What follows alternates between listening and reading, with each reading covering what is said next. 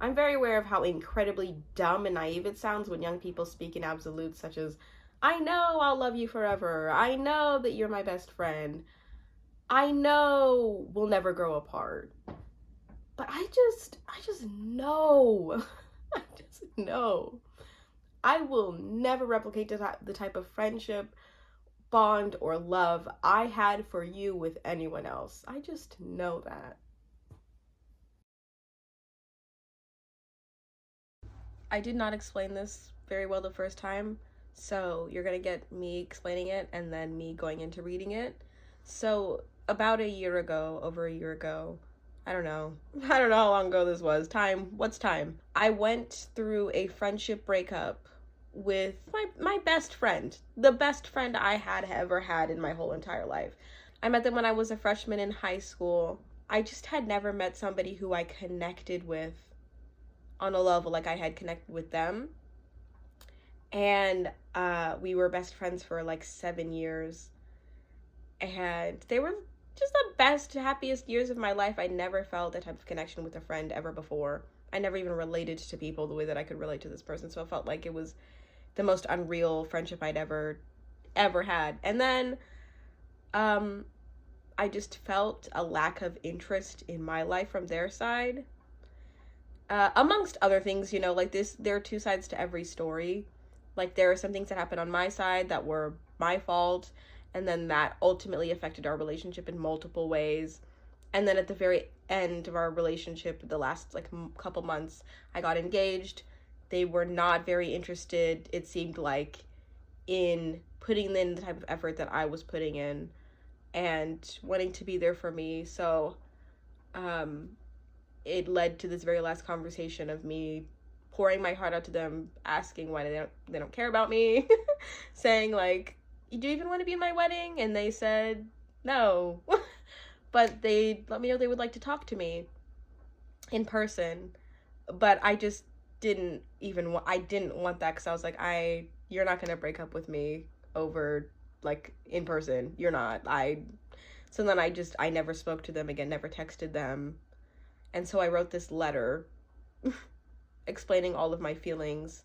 And this letter would be kind of like the text I couldn't send back to them. So I'm just going to be reading from my computer. I was going to print this out and read it like a letter, but this is my casual YouTube channel, if you don't know, where I post anything casual or monumental related to my life, whatever. This is the words I want so badly to say to this person and can't. So hopefully one day maybe they'll catch this, but at the same time I don't want to depend on that possibility because that's kind of terrifying. Anyway, I just hope somebody can connect with this because I just want to throw it out there. Okay, I started writing this after a therapy session I had with my therapist. Obviously, this is the eulogy to my ended 7-year friendship. So it starts off saying, I was telling my therapist about you the other day. When telling her the details of our breakup, I refer to it as a breakup because that's what it was to me, I realized I left you even though I told all my friends and family that you had been the one to leave me. Through explaining the situation, I realized technically I left you before you had the chance to leave me. We were only friends for a long time, but I really felt and thought that we were in love. So in love that for the first time in my life, I knew our love was unconditional and could last a lifetime. It is interesting how, after a breakup, all of your statements of I know can change to I thought in the blink of an eye. I'm very aware of how incredibly dumb and naive it sounds when young people speak in absolutes such as, I know I'll love you forever. I know that you're my best friend. I know we'll never grow apart. But I just know. I just know. I will never replicate the type of friendship, bond, or love I had for you with anyone else. I just know that. No one will ever see me for who I was at the time we met, or know me for who I was when, or know who I was when I needed it the most, ever. You were the answer to the prayers that I prayed many times, just begging God to give me someone who would love and understand me. And now that you're gone,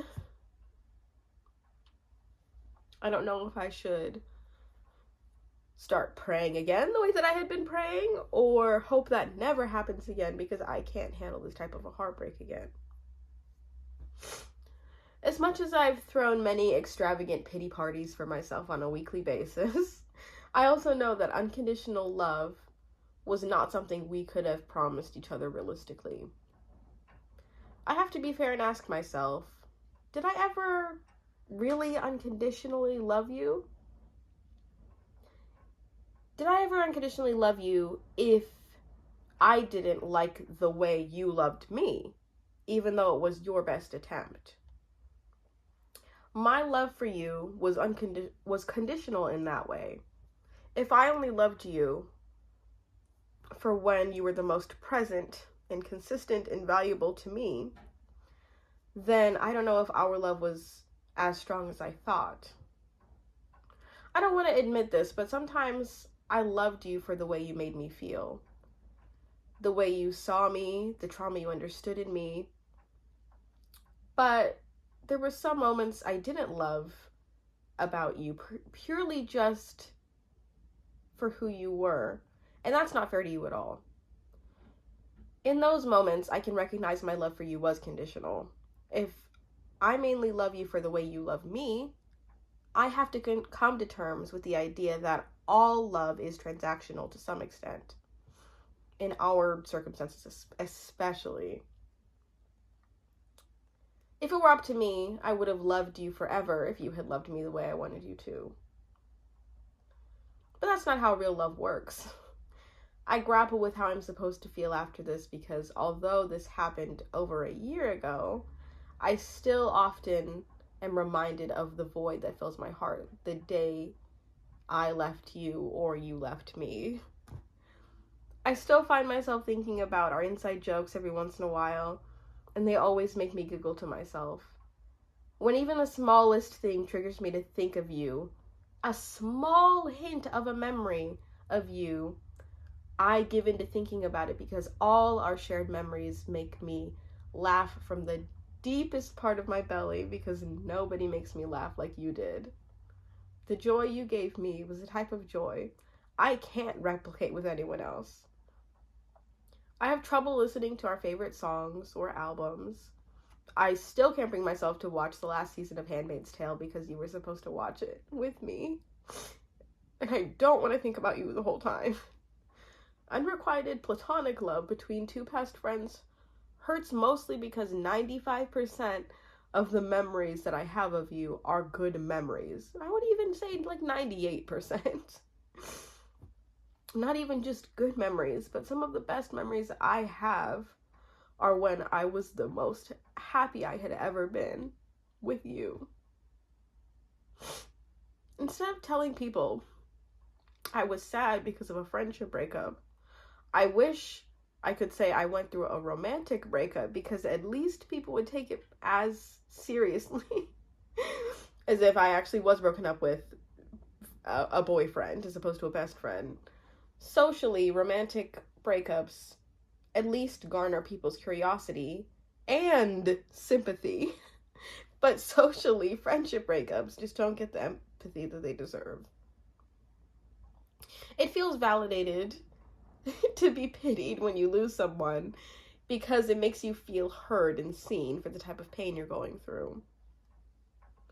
The lack of sympathy hurts because I either have to persuade others of my broken heart or act like I'm whole when I know I'm not. When you break up with a partner, everyone recognizes that your life has shifted dramatically, but the same exact thing happens with a friend, and no one seems to care the way that they would if you were dumped by a boyfriend or a girlfriend. I wish, oh my god, I wish it was as simple as a boy broke my heart.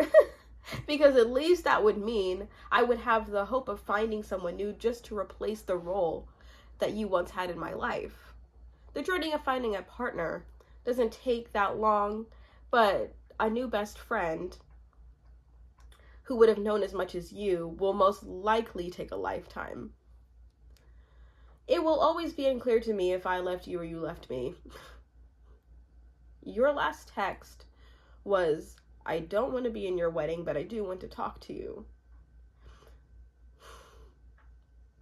And I just never responded because in that moment of me reading through it, I realized I never wanted a friend to make me feel like that ever again. The way you made me feel those last few months of our friendship was something I never expected from you, which was a heartbreak on its own. Around the time of my engagement and wedding planning, it was the hardest time to lose someone because when you lose their presence in the most monumental part of your life at that point, at the point of my engagement, it felt like I was losing any possibility of us ever rekindling our connection. I hope you are never as unfortunate as me to visit wedding venues alone, post about it to see if anyone cares, text your best friend the photos just for him to say back, "I saw it on Facebook," with a smiley face. To me, that was the last thing to trigger me to pour my heart out to you. To pour my heart out to you with 3 minutes worth of voice messages asking if you even cared to be in the wedding, to which he replied, "I don't want to be in the wedding, but I do want to talk to you in person." And that's when I left. I left because I never want someone to respond to me pouring my heart out with a request. For months, I could feel him pushing me away, becoming more distant, and eventually not showing interest in the most important event in my life. That's when I knew it was over. They say you shouldn't cry because, well, oh my god, this is so annoying. They say you shouldn't cry because it's over and smile because it happened. But it happened, and it's sad, and I lost my best friend. I'm crying because it's over, and smiling because it happened. But I smile because he was a friend when I needed him. I never said it out loud, but in a way, I'm grateful that my heart was broken like that, because I never want to give anyone my power away like that ever again.